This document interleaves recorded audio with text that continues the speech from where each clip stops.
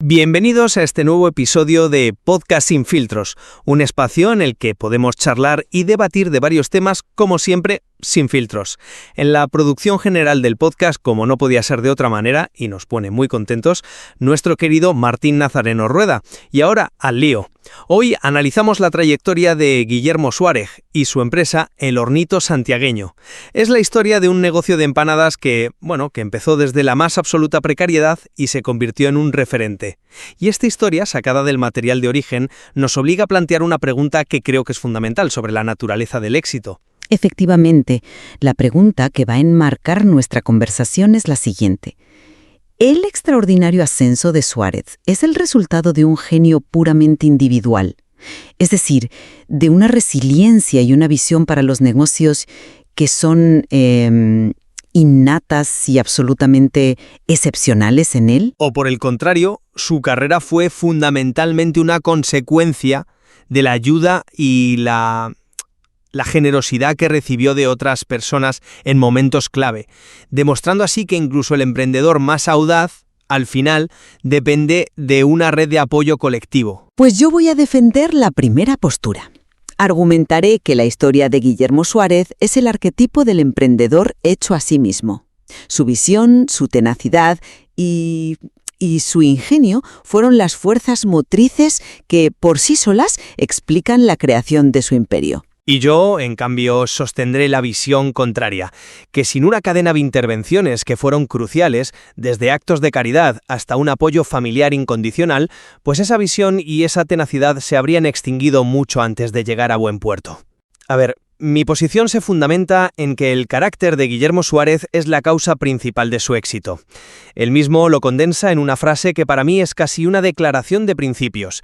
El hambre genera ideas brillantes. Su motor no es un plan de negocios, no es un Excel, es algo mucho más, primario.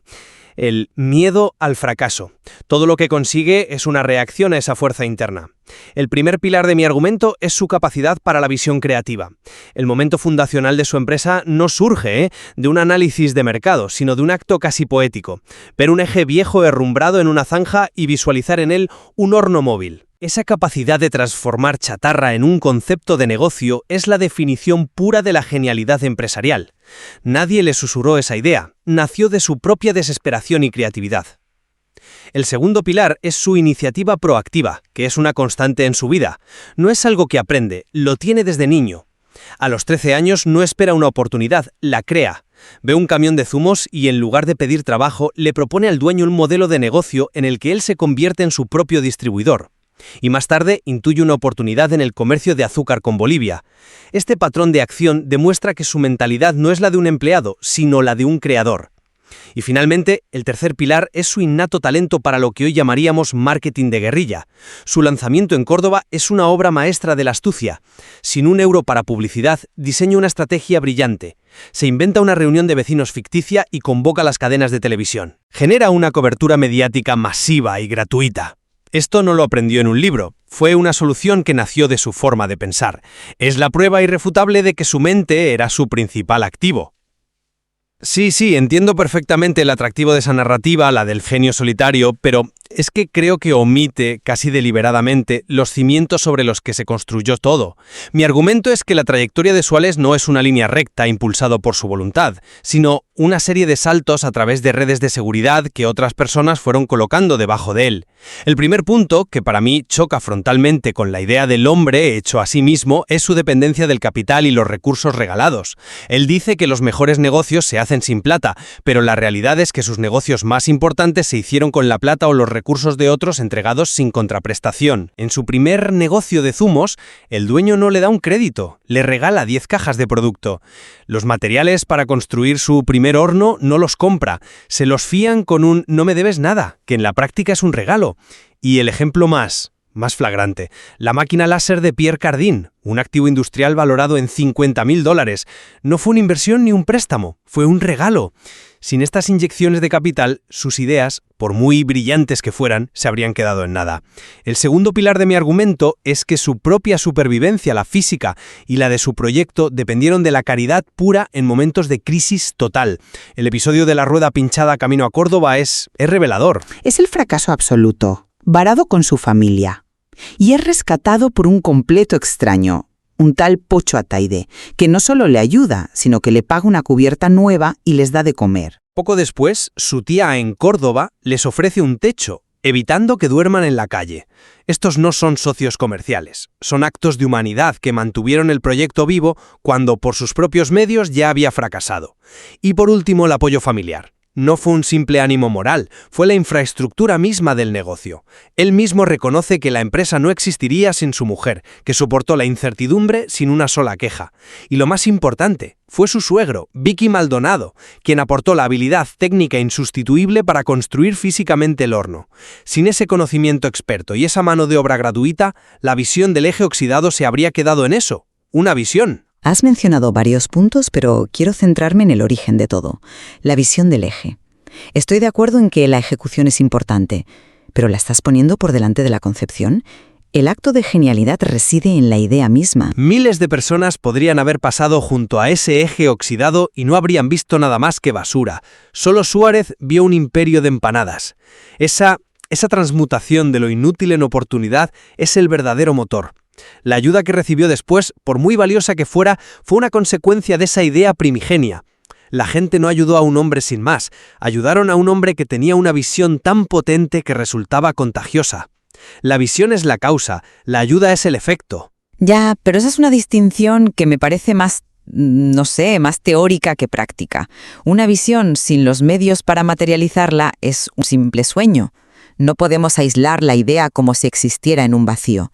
La habilidad técnica de su suegro no fue una mera ejecución secundaria, fue la condición de posibilidad para que la visión se hiciera tangible. A ver, ¿de qué le habría servido la idea del horno móvil si no conociera a la única persona con las habilidades para construirlo y encima dispuesta a hacerlo gratis?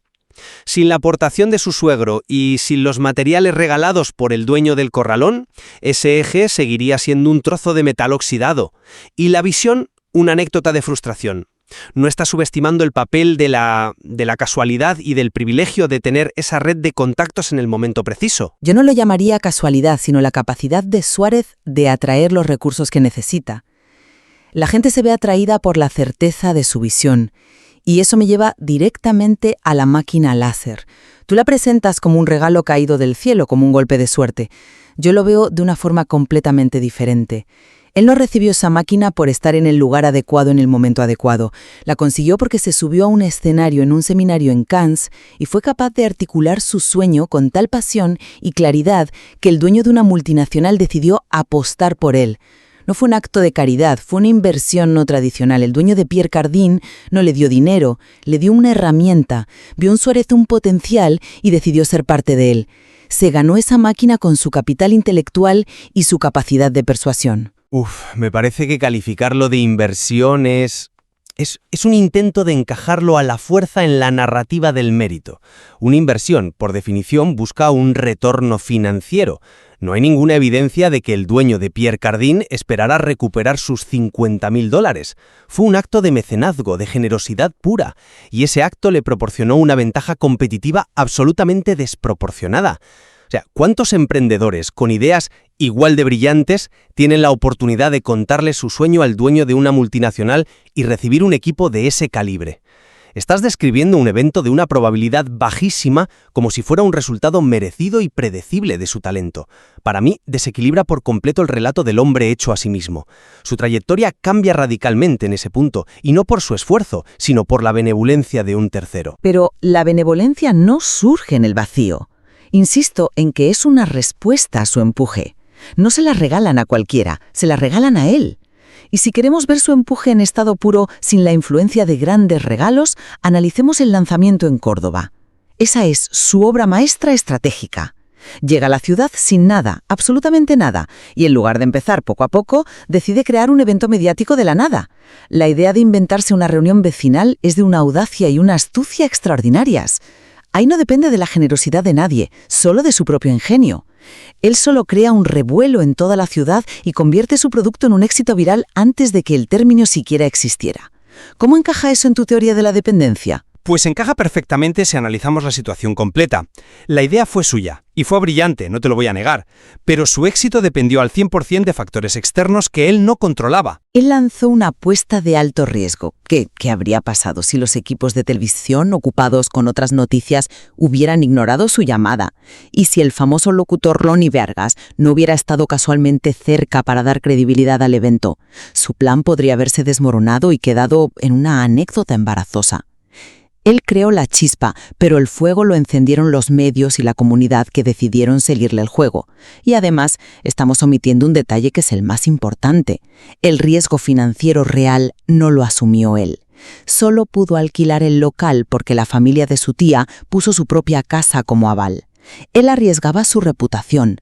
Ellos arriesgaban su hogar. ¿Podemos honestamente decir que actuó solo cuando su plataforma de lanzamiento estaba asegurada por el patrimonio de otros?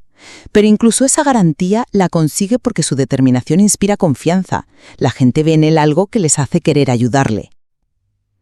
La gente no pone su casa como aval por cualquiera. Vamos, lo hacen porque ven a una persona con una probabilidad de éxito tan alta, basada en su carácter, que están dispuestos a asumir ese riesgo. Es un referéndum sobre su viabilidad como emprendedor. Su mayor habilidad es, quizás, la de convertir a los escépticos en creyentes y a los creyentes en inversores de capital, de trabajo o de confianza. Yo sigo viendo el patrón a la inversa. Es una historia de supervivencia gracias a intervenciones externas en puntos de quiebre. En cada momento en que el fracaso era inminente y su empuje ya no era suficiente, con la rueda pinchada en la carretera, sin dinero para pañales, sin poder alquilar un local, aparece un benefactor casi de forma providencial que le permite seguir adelante. Sin Pocho Ataide, su viaje a Córdoba terminaba en una salina. Sin el aval de su tía, no habría habido lanzamiento. Sin su suegro, no había horno. Su resiliencia es admirable, sin duda, pero fue una resiliencia constantemente rescatada y apuntalada por la generosidad material y la confianza de los demás.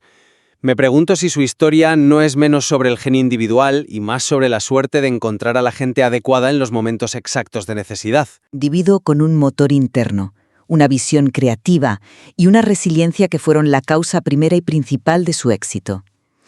La ayuda que recibió, aunque importante, no fue la causa de su ascenso, sino una consecuencia de la poderosa fuerza de su propia ambición e ideas.